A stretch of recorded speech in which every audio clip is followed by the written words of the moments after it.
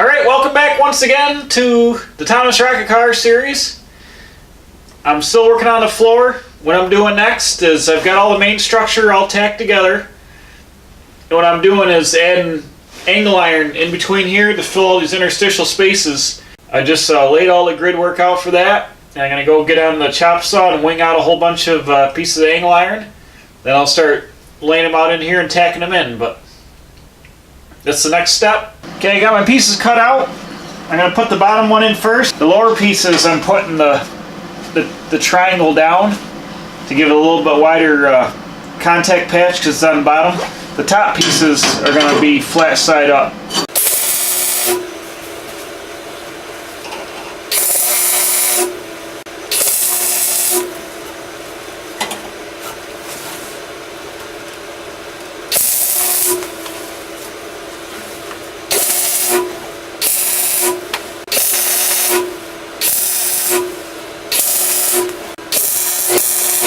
Appear to be short one piece of angle iron. I gotta go cut another one, but get the idea. Here we go. We got the lower pieces in, and I got the upper pieces. So this will be plenty of structure for this floor. I gotta go ahead and cut one more for here, and then I gotta trim this up and cut the two front pieces. So let me go ahead and do that. Okay, I cut the other pieces. Go ahead and land them in here.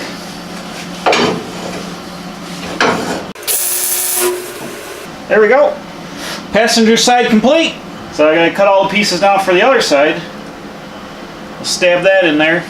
Alright, I'm gonna use a Texas toothpick to point here. This is the Texas toothpick, also known as a pry bar. Got all the angle iron welded in here. I also added, I forgot to talk about, I added the, right here, the verticals to hold the floor sections together. They're all welded together. I got all this finish welded now, all around, and I finish welded all the square tubing on this side. So the next step is I got to cut all the angle iron for this, but it's a work night for me. It's getting late, so I'm going to clean up for now and work on the rest of this later. But keep watching. We're making progress. We'll be back a little bit later. Remember, Texas toothpick. So I'm back at the floor. I got my lower pieces cut for over here. I'm going to go ahead and tack those in. Let me try to figure out how I'm going to get in here. Somehow. I'm going to Bo Duke Luke it through the door. Here we go. Duke boys, climb on in there. Climbing in like them Duke boys.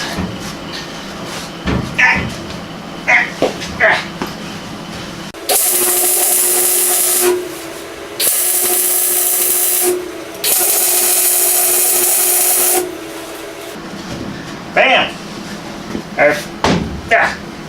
Watch out for the steering column. I forgot to trim this old piece off here. I gotta do that before I can put this one in. Get out the whiz bang. I'll trim that off right quick. If I wanted the grinder, that would be where? Apparently it's not in here.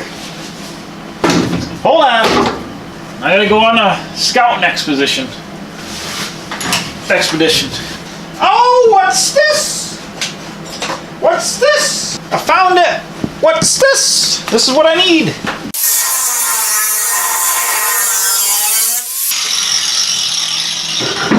Bam. Now, where did that piece of angle iron go now? Killing me here.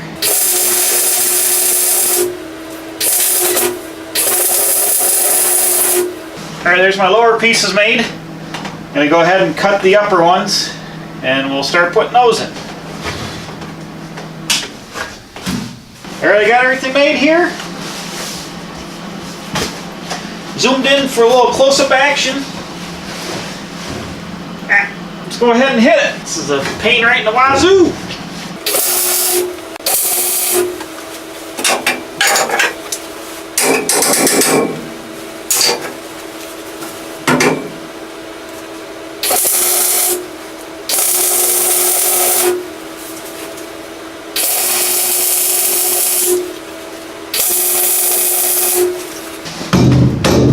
All those are in place. I just got to adjust this up here for the front two. Did you see what I was pointing at right here? No, not really.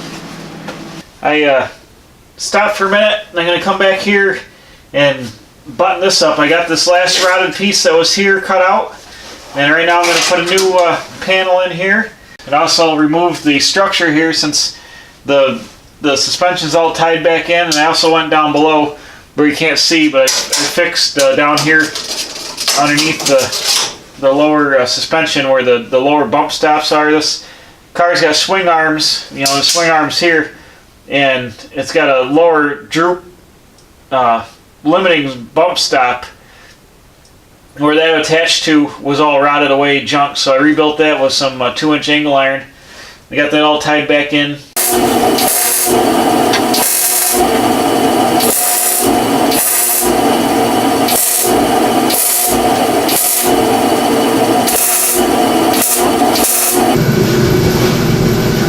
There we go. I got this welded in anyways right here. I was in the way. Of course, I don't have any hearing protection. Oh, damn it. That's not good for it. Killing me here. Alright, so I'm back at it. Ah. Well, I'm light malfunction.